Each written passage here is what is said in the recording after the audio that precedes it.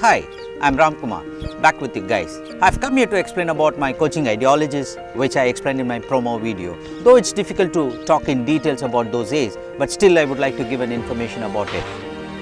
Shall we go cracking? Let's go. Now I'm going to talk about my first A, that is attention. You need to be attentive to details like your equipment, dress, appropriate shoes for the batsman as well as for the bowlers. And you need to be attentive to the instruction given by the captain and the coach, because the captain will keep changing the instruction as and when required according to the condition of the match. And before every practice session and match session, you need to warm up and warm down to avoid your injuries. And more important thing is you need to hydrate yourself on a regular basis, because this will keep your energy level intact to perform to the best of your abilities. And after every match and practice session, you need to dry up all your equipment, because this will give the longevity and as well as hygienic. Now comes my second day, adaptability. You need to adapt to each and every conditions. There might be change in the instruction from the captain with respect to your batting order or the bowling end. You need to adapt and perform. And if it is a wet wicket, you need to wait for the ball and then play, because the ball will come slowly and there might be a huge turn. You need to wait for it and then play according to the merit of the ball.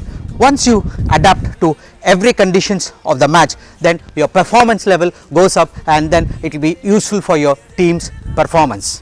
My third A is action. You need to have an action plan for practice as well as a match. If you're a batsman and finding it difficult to play a cover drive, talk to the coach, ask him to pitch the ball in a drivable length in a regular basis, keep driving the ball in consistent manner. Once you get the control over the shot in the nets, it's easy for you to go and play in the match. If you're a bowler and finding it difficult to bowl a particular line and length in a particular area, mark the area and keep bowling consistently with lots and lots of concentration. So if you have an action plan for a bowler as well as a batsman, then it's easy for you to go and execute it in the match. Assertiveness is my fourth A. If you're a batsman, dominate the bowler. If you're a bowler, don't allow the batsman to dominate. Keep bowling in his weak areas. Don't bowl to his strong points. If you're a captain, be assertive. Talk to the senior players. Talk to the wicket keeper. Discuss with your coach and then implement your actions assertively, because every assertive action will definitely bring positive results, whether it is a individual performance as well as a team performance. Analysis is my fifth A. Each and every action needs to be analyzed. Unless you do an effective analysis, you will not know where exactly you stand. My sincere advice to all youngsters is to write down what exactly has gone into the practice session. That will give an idea about where he is strong and the areas he needs to be improved. And not only that, it will give an idea about what needs to be done in the next practice session. For coaches, this analysis will give an insight about his student. Based on the findings of the analysis, he can give the right instructions in a right perspective to each and every student, because right inputs are the key for a good coach. Now I am going to talk about the most important ingredient of my cricket coaching ideologies: attitude. Attitude determines the altitude of every cricketer. If the attitude is right, everything will be right. Especially facing the criticism is very important for a sportsman. You need to take it in a right perspective. You need to show the right attitude. Whenever there is a difficult situation in the match, you need to approach it with the right attitude, not to get bogged down, and face it with lots and lots of confidence. And more important thing is you need to show the right attitude towards your fellow cricketers. That is very important, because cricket is a team game, and the coach's instructions, those are very, very important. Whenever there is a strong points or strong advice from the coach, you need to take it in the right attitude. If you take it in the right attitude, I'm sure you will definitely improve your performances to the maximum level.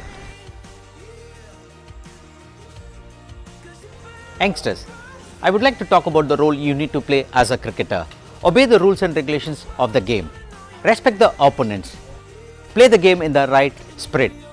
Treat the umpire as your final authority. Understand the coach and accept your captain. Be a team man. Play safely and be fit. If you are fit, you will definitely be successful. I have a piece of advice for all young cricketers. Kindly take your practice session very seriously. Each practice session is very important, because that's the place where you will learn. Practice doesn't make a man perfect. perfect practice makes a man perfect. For a batsman, ensure that you don't get out in the nets. Once you develop this attitude, it's easy for you to play in the match.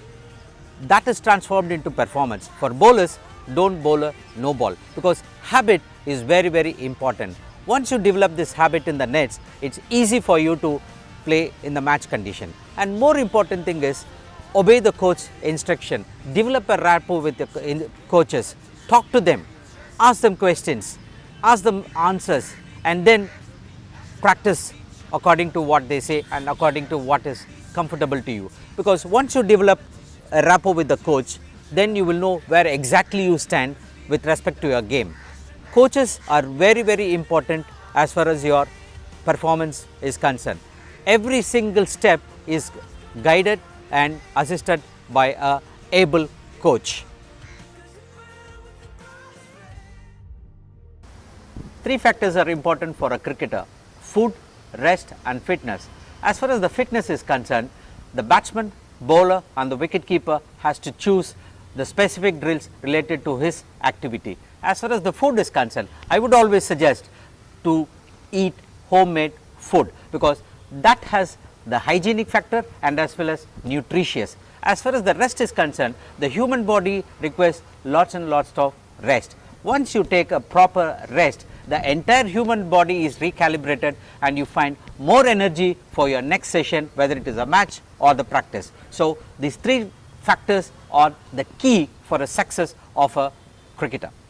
My role as a coach, I always carry a plan for every practice session, for every individual and as well as for the team. I always be on time and set a benchmark. I never abuse a player, but I'll be firm in handling them. I treat my students with lots and lots of dignity, because I know that every cricketer wants to perform on the field. I know that I am important in his life, but I also know that I am not the ultimate factor in his life. I always update and upgrade my coaching standard. That is because I need to give the right input in a more communicable manner. And most important thing is, I do a CAT analysis about the opponent. I always check about the records of the previous performances of the opponent and share with my student. That will help them to deal the match conditions very, very effectively.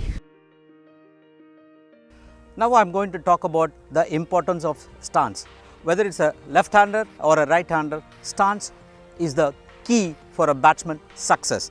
A normal comfortable stance is he has to stretch his leg to the extent of his width of the shoulder, and now you could see the batsman is adjusting according to the width of the shoulder. Okay. Number two, the bat has to be placed comfortably where the batsman feels that he could pick up the bat and then keep the bat down. Right. And number three, the elbow has to be slightly bent to give him flexibility in bringing the bat up and bringing the bat down. And most important thing is head position and his shoulder. His shoulder has to be slightly in loose condition to ensure that the view of the bowler is in full view, so that he will be able to ensure whether to go back or in the front. And most important thing is, this leg has to be slightly bent. This gives access to go forward and back foot in a very comfortable position. So the stance is very important as far as the batsman is concerned, whether it's a left-hander batsman or right-hander batsman.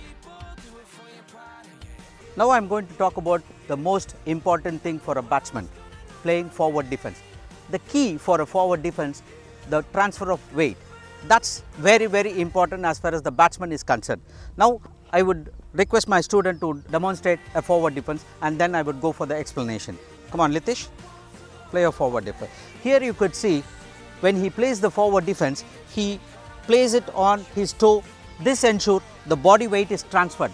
When the body weight is transferred, he gets the control over the bat as well as the ball, and the full face of the bat is shown to the ball, which ensure even it spins extra, then he is able to play the ball with the bat and smothering the spin. So that's the key for any batsman, whether it's a left-hander batsman or a right-hander batsman. A forward defense determines what good a player he is all about.